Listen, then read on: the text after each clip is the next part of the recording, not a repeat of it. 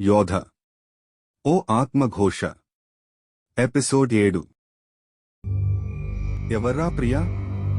యోధ యోధ అంటూ గంభీరంగా మరింత బిగ్గరగా అరుస్తూ అవేష్ నీ వెనుక నుండి ఒక్క తన్ను తన్నింది.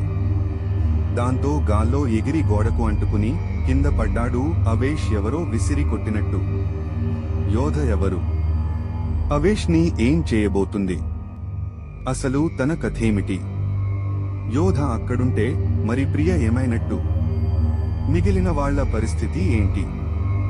లాంటి ప్రశ్నలకు సమాధానాలు ముందు ముందు తెలుసుకుందాం. విసిరి కొట్టిన బంతిలా గోడకు తగిలి కింద డభేల్మంటూ పడిన అవేష్ కి నడ్డి విరిగినంత పనయింది.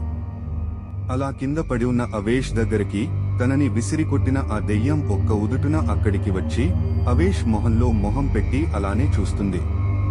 కొంచెం తేరుకుని పైకి తలెత్తి చూసిన ఆ దెయ్యాన్ని ఒక్కసారిగా చూసిన అవేష్ ఖంగుతిన్నాడు. ఎందుకంటే తను చూస్తున్న ఆ రూపం ఎవరిదో కాదు, ఆ ఇంటి పని మనిషి లక్ష్మిది.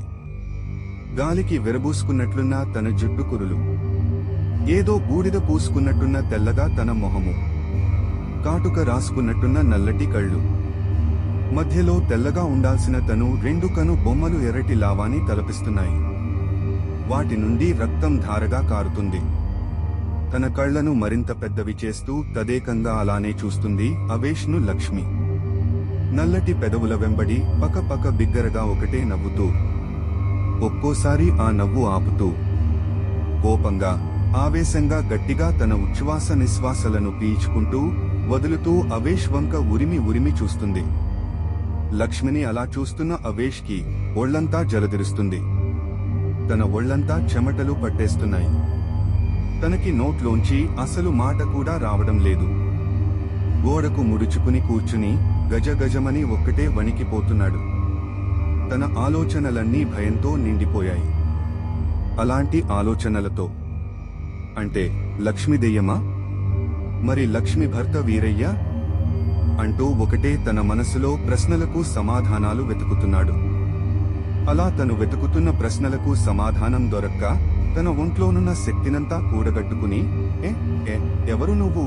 బిక్కు బిక్కుమంటున్న స్వరంతో అంటూ ఒక పక్క వణుకుతున్న తన చూపుడు వేలిని లక్ష్మికేసి చూపిస్తూ లక్ష్మిని అడుగుతాడు అవేష్. ఎవరా? నేనెవరా?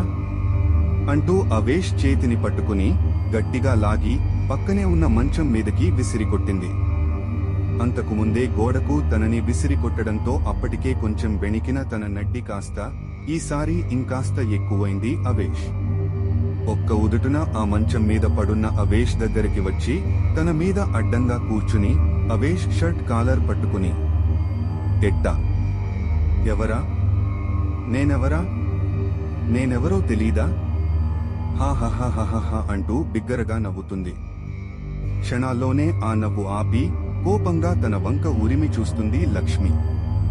లక్ష్మిలో ఎప్పటికప్పుడు ఏర్పడుతున్న మారిపోతున్న ఆ మూడ్స్ ని తట్టుకోవడం అవేష్ వల్ల కావడం లేదు. తను మరింత భీతిల్లాడు. పార్థు గోపాల్ విశాల్ అంటూ అవేష్ అరవబోతుంటే లక్ష్మి తన రెండు కళ్ళు మరింత పెద్దవి చేస్తూ, అరవకూరా అంటూ గధమాయించింది. దాంతో ఒక్కసారిగా తన మీదనున్న లక్ష్మిని కిందకు తోసి అవేష్ అక్కడి నుండి పారిపోతూ డోర్ దగ్గరికి వెళ్లి లాక్ ఓపెన్ చేయడానికి ప్రయత్నించే లోపు లక్ష్మి అక్కడికి చేరుకుని అతని జుట్టు పట్టుకుని మళ్లీ అదే మంచం మీదకి విసిరికొట్టింది. దాంతో ఏం చేయలేని నిస్సహాయ స్థితిలో ఉండిపోయాడు అవేష్. అవేష్ చూస్తుండగానే లక్ష్మి ఆ డోర్ దగ్గర మాయమై అదే మంచం మీద తనకి అడ్డంగా తన మీద కూర్చుని ప్రత్యక్షమైంది. మరలా పిచ్చి పిచ్చి వేషాలు వేసావనుకో, పీక కొరికి చంపేస్తా, అది ఎలాగో ఎవరూ తప్పించలేరనుకో అంటూ అవేష్ కి వార్నింగ్ ఇస్తుంది. దాంతో భయపడ్డ అవేష్, అసలు ఎవరు నువ్వు? నన్ను ఎందుకు ఇలా హింసిస్తున్నావ్? నేనేం చేశాను? అంటూ అడుగుతాడు. చిన్నగా మొదలయ్యి కాస్త కాస్త పెద్ద పెద్దగా నవ్వుతూ, ఏం చేశావా? నువ్వేం చేశావా? ఈ గదిలోకి ఏ ఉద్దేశ్యంతో వచ్చావురా? మీకు ఆడపిల్లలంటే అంత అలుసారా? వాళ్ళు దానికి తప్ప దేనికి పనికిరారా? ఆడపిల్ల పుట్టింది, మీ కోరికలు తీర్చడానికి మాత్రమేనా రా? ఎందుకు వాళ్ళని ఒక ఆట వస్తువులా చూస్తారురా? అంటూ అవేష్ని నిలదీస్తుంది. అది అది అది నా గర్ల్ ఫ్రెండ్. నా ఇష్టం వచ్చింది చేసుకుంటా. అయినా అది నేను చూసుకుంటా. మా మధ్య నీకెందుకు అంటూ బదులిస్తూ అవేష్. దాంతో కోపం కట్టలు తెంచుకున్న లక్ష్మి తన 2 పెదవులు బిగువు చేసి కళ్ళు పెద్దవి చేసి అవేష్ చొక్కా కాలర్ పట్టుకుని ఎడాపెడా 2 చెంపలు వాయిస్తూ, ఏమన్నావ్రా? నీ గర్ల్ ఫ్రెండా? అది ఇది అని ఆ ఆడకూతుర్ని నీ ఇష్టమొచ్చినట్లు అంటున్నావ్? అంతా నీ ఇష్టం వచ్చింది చేసుకుంటావా? నీ ఇష్టం వచ్చింది చేసుకుంటుంటే చూస్తూ కూర్చోడానికి నేనేమైనా నీ ఇంటి పనిషినా? యోధ యోధ అంటూ మరింత గట్టిగా అరుస్తుంది లక్ష్మి అవేష్ మొహంలో మొహం పెట్టి. అసలు ఎవరే నువ్వు? నన్ను తగులుకున్నవంటే? నేను నీకేం ద్రోహం చేశానే? ఇంకేం అన్యాయం చేశానే? అంటూ మళ్ళీ అవేష్ తనలో నశించిన సహనంతో లక్ష్మిని ప్రశ్నిస్తాడు.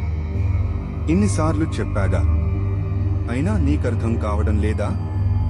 ద్రోహం చేసింది, అన్యాయం చేసింది నాకు కాదు, ఓ ఆడకూతురికి. ఏంట్రా?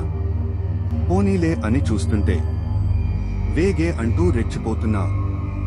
ఇంకోసారి అలా అన్నవో నీ రక్తం తాగుతా అంటూ అవేష్ ని బెదిరిస్తుంది లక్ష్మి.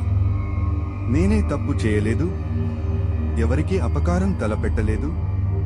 ప్రియ కూడా ఇష్టమే, అందుకే నేనిలా చేయడానికి ట్రై చేశాను అంటూ బదులిస్తూ కొంచెం కోపంగా మాట్లాడతాడు అవేష్. దాంతో లక్ష్మి తాను తన ఆ భయంకరమైన రూపాన్ని మార్చుకుని ఒక సౌందర్యవంతమైన రూపంలోకి వచ్చేస్తుంది. తన కలువ రేకుల్లా, బుగ్గలు ఆపిల్ పళ్లలా, పెదవులు ఎర్రటి గులాబిల్లా, చుట్టూ ప్రకాశవంతంగా. అవేష్కి అదంతా చూస్తుంటే అప్పటికవరకు దెయ్యంలా కనిపించిన తను అప్పటి నుండి ఒక దేవకన్యలా తనకు దర్శనం ఇస్తుంది. తనను అలా చూస్తూ తనకు తానే ఏమారిపోయిన అవేష్తో, తొందరపడకురా సుందరవదనా, నువ్వేమేమి చేశావో, ఎవరెవరికి అన్యాయం చేశావో ఇప్పుడే తెలుస్తాగా అంటూ తన అరచేతిని అవేష్ గుండెలపై నుండి రొమాంటిక్ గా పైకి పోనిస్తూ తన మెడ, దానిపైన గెడ్డం, పెదవుల గుండా ముక్కు, చెంపలను నిమురుతూ తన 2 కళ్లను మూయించి తన నుదుటిపై లక్ష్మి బ్రోటన వేలితో గట్టిగా నొక్కి తనని గతంలోకి తీసుకెళ్లిపోతుంది. అంటే అవేష్ ని హిప్నాటిజం చేస్తుంది. ఏం జరగబోతుందో తర్వాతి భాగంలో తెలుసుకుందాం. వీక్షించినందుకు ధన్యవాదాలు. తరువాయి భాగం రేపు వస్తుంది.